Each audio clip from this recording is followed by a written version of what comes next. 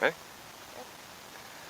All right, everybody, so welcome back to Jim Bob's Garden. So today, I'm going to show you how I go about making compost from compost. All right, let me show you what I've got here. Oh, hang on.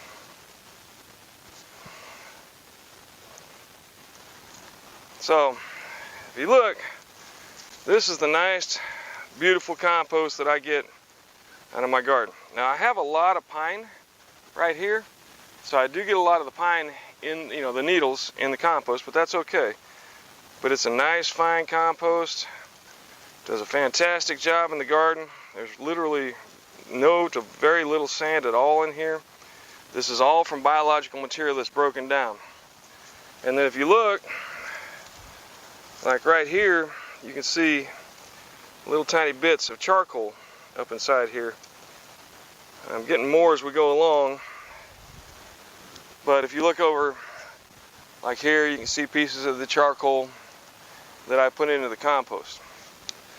Now, compost, all right, compost is compost and biochar is biochar. But when you combine your charcoal into your compost, that turns charcoal into biochar. It leaches up a lot of the moisture that has the bacteria in it. It gives a nesting place for the bacteria and a way for that bacteria to spread more easily throughout your garden. And bacteria and biological life is what makes your garden grow. I mean, it's very, very important. But let's look at this. So this is my last lawn mowing. And you can see it's very dry. There's not a lot to it. Got some green material in there, but it's mostly just leaves, pine needles, a little bit of grass clippings. The issue you have with this kind of compost is that it just doesn't want to break down very easily. Anytime you get compost, you need contact between the particles, and it all needs to be kind of mushed together somehow with a bit of moisture, a little bit of oxygen. But one of the things I've been reading about, and I just started watching something called JDAM, which is a Korean natural organic way of farming. And they brought up a really good point that I hadn't really thought of before. Everybody wants you to do this aerobic compost. They want aerobic, lots of air, lots of oxygen. But when you put that compost into the ground, the bacteria that develops in an aerobic environment, once you put it underground, that's not really an aerobic environment. I mean, there's only oxygen in the first maybe inch, maybe 2 inches at the top of the soil. Once you get down below that, there's not a lot of oxygen there. So I don't know whether or not that's actually good to have aerobic compost or anaerobic compost. But either way, this is what I like to do with mine. So the problem is this stuff here will not break down. All right, it will take forever for this to break down. All right. So what I do, or what I like to do, is first I take a lot of this pile and get it up out of here. Now, if you look back in here, you can see I've left a little bit of the compost in the bin. When I took the old compost, put it over here, and then poured this in. That does help to make it break down a little bit, but I'm going to show you even better how I'm going to go about doing this. Now I do have, like you can see, some eggshells down in there, so I have put a lot of kitchen scraps down into this, and eventually it will rot down. But particularly in the winter when I have cooler weather and not as much heat and rain, it takes a lot longer for it to break down. So this is how I go about doing it.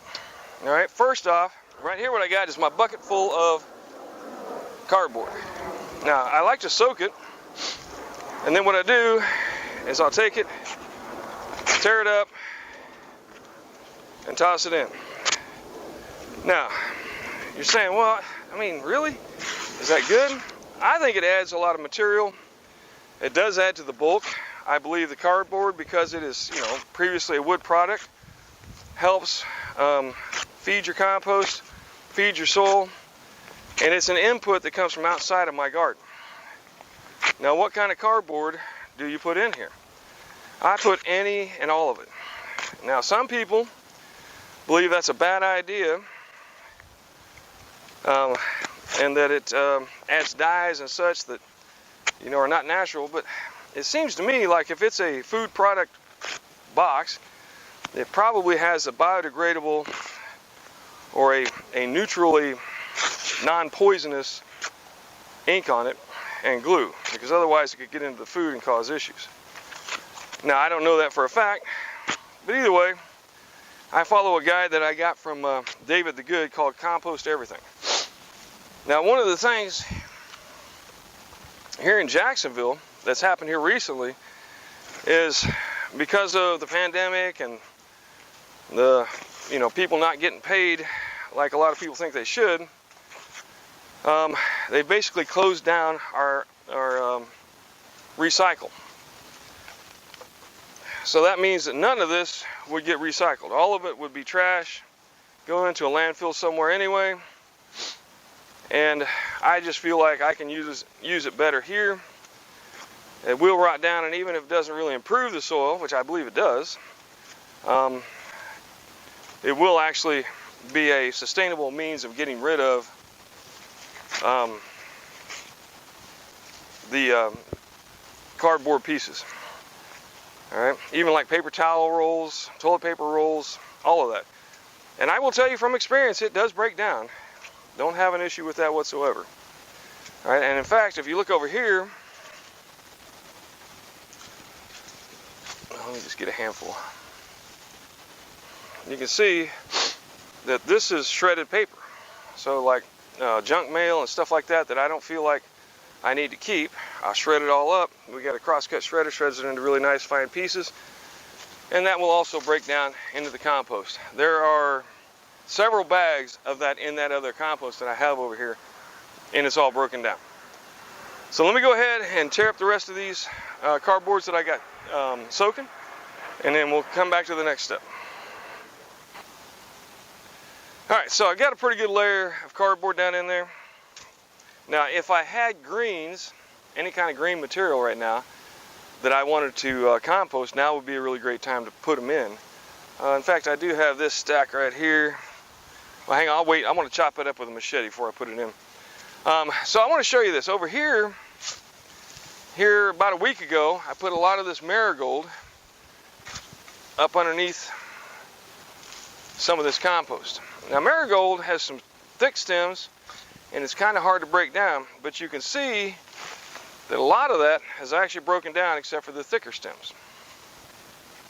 So what I'm going to do is I'm going to use this compost to cover and take the place of a green material, so to speak. All right, plus whatever green I got. So what the way I come up with this, there's another YouTube channel called Robbie and Gary. Man, what's the name of the channel? I'll put it in the description. But one of the things she does a lot of container gardening, and she takes a lot of stuff out of her garden. She puts it in these totes, and then she just layers it in. And then what she does is, on top of that, she puts a layer of soil over the top of it. And so I got to thinking, you know, if I did that with the compost, then that should work out as well, just like what she has in her totes, only on a larger scale. And so I did that here. This was another pile somewhat similar to this. It was not wanting to break down very well. And so I put the pile in, and then I layered it over with the compost, and it actually did a really good job of breaking stuff down, because you have the bacteria and stuff that's growing in the compost that breaks stuff down. My little friend, go away, little friend. Anyway, but it also seals it in, and I think that's what's really critical. Is if you cover everything, then what ends up happening is it becomes an anaerobic setup to where it will actually start to rot down faster. And I know everybody's like, no, you can't have anaerobic compost. But I beg to differ. As long as it rots down, I think it's good. And it's been doing fantastic things in my garden so far. So then once I've got that, if I don't have a green layer, then what I'm going to do is I'm going to go ahead and cover that up with another good layer of my grass clippings and my leaves that I've gotten. And then I'll go ahead and do that again with multiple layers, with the key being that I'm going to try and leave enough compost to where I can cover the entire pile. All right. Now, if I have to borrow from that one, I can, but I'm trying to let that one go as much as possible. Now, also I want to show you this. This is my rototiller. Now, once I get this pile to start rotting down, I will go through it with a rototiller and grind it up. And I know a lot of people, again, say, hey, that's a bad idea because you're disturbing the bacteria. Actually, it seems to do quite the opposite. It seems to motivate the bacteria, spread them out more. And every time I've gotten done rototilling, it seems to me as though the pile actually heats up. So I think that may be a mistake, that people are making assumptions and not really knowing what they're talking about. All right, and let me show you one other thing. Okay, so I wanted to show you guys this. I got this at IKEA for, I want to say $5-6, maybe $10, I don't know. But it's a little bracket that's hung up on the wall, and what it does, it's perfect size for a Walmart bag or a single-use plastic bag. And then we take all of our paper towels, tissues, and such, and we put that in it, and then we keep that to put in the compost. All right, so what that does is, once again, I'm getting outputs from outside of my house. This is all biological material. It's made from paper. Paper's made from wood pulp, and that wood pulp will break down and become fertilizer. And so essentially, every time I use a paper towel, I'm creating more fertilizer or more compost. It's a really great way. I mean, it's got food particles, bodily fluids.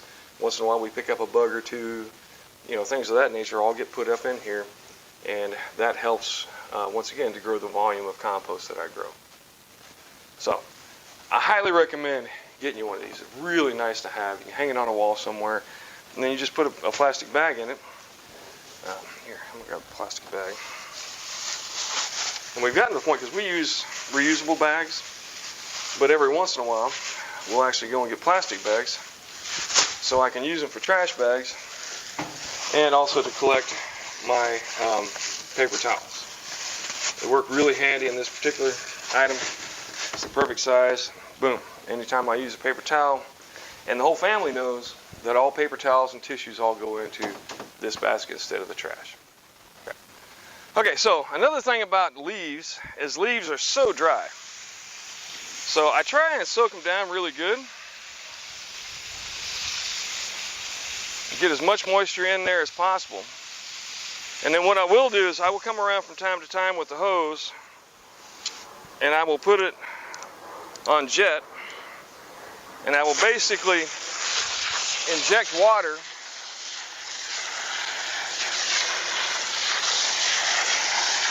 down into the pile, because you got to get that moisture in there, and leaves and dry grass are really hard to keep moist. But this has been very successful for me over the few years that I've been doing it. And the compost that I have used is the only fertilizer I use, and we've managed to get good crops, and they've been getting better as I've added more and more compost, because I have very, very sandy soil here. So, like literally, if you look down here, that's just sand with some roots in it. There's nothing to it. I mean, just like beach sand almost. Okay, so one of the advantages to the paper towels, and I will take them and I try and break them up a little bit when I put them in, because they tend to get kind of stacked up, like matted. So I try and break them up so they're individuals. Spread them around in a layer. And then what I do is I use the water holding capability of the paper towels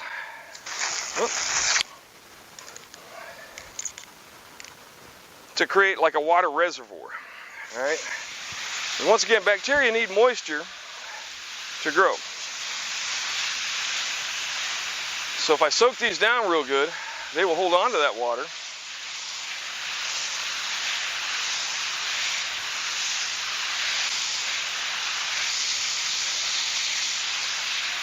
And it'll be a water resource for the bacteria and will eventually leach back out into the rest of the compost. And then when I come through with my rototiller, it tends to break them all up, and it takes a few times. You know, I'll hit it, you know, every week or so with the rototiller, kind of grind it all together, mix it all in, and then of course I'll also throw in my table scraps and more cardboard and such, and then that's how I go about making the layers for compost if all I have is the green leaves. Now, I did this last year and it worked fantastic, all right? I really was very pleased with what I got. So let me go ahead, put a few more layers on, and I'll show you the end result. Now, I want y'all to know that one of the reasons, just as a side note, that I'm not a homesteader is because I'm pretty sure you can't grow Little Debbie honey buns on a homestead. And as you can probably tell by my little pile here, I go through a few honey buns. I likes me some honey buns, I does. All right, so I've got all the cardboard from my bag over there. You can see the bag. It's all empty. Got all of that put into here. It's all buried. I've got all the leaves put back into place. I've got my paper towels put in. And now what I'm going to do is I'm going to cover the whole thing with this bit of compost that I have right here. All right, so I took my rototiller and ground this up. Because one, you see, it takes these pieces of cardboard and tears them up into smaller pieces, which helps a lot.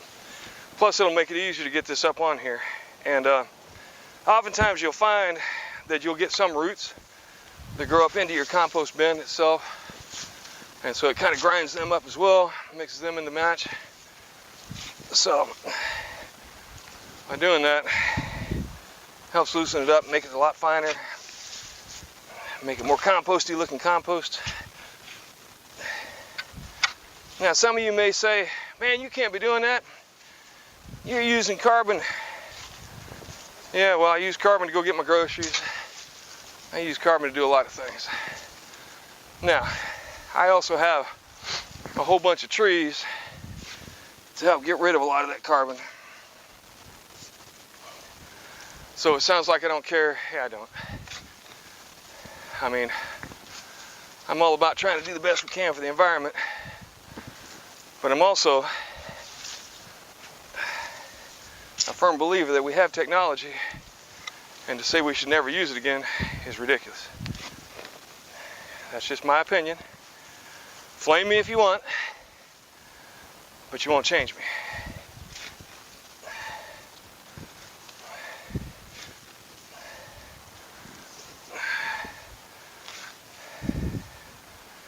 And I always feel like, since I don't work, I don't drive to work, only time I use my car is to go to the store or see my kids or something along that nature.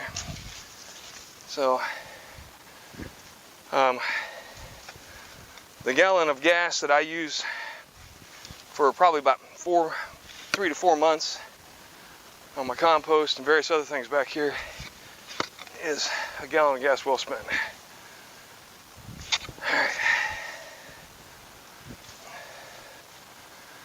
All right, so there we go. So now what I've done is I have sealed that all in with a layer of compost or dirt, and that'll keep the moisture in, it'll keep the bacteria in, and the bacteria that's in the compost will leach down into the rest of the material that's in the pile and will help it rot down. Now, this is not a guess. This is something I have done before, and it has worked exceedingly well. You still have to stir it. You still have to mix it sometimes. But for me, this has been a fantastic way of breaking up compost and getting it to rot down. It's a great way to make compost. I'll let this sit for probably a good 2 weeks to let all the stuff get into the cardboard.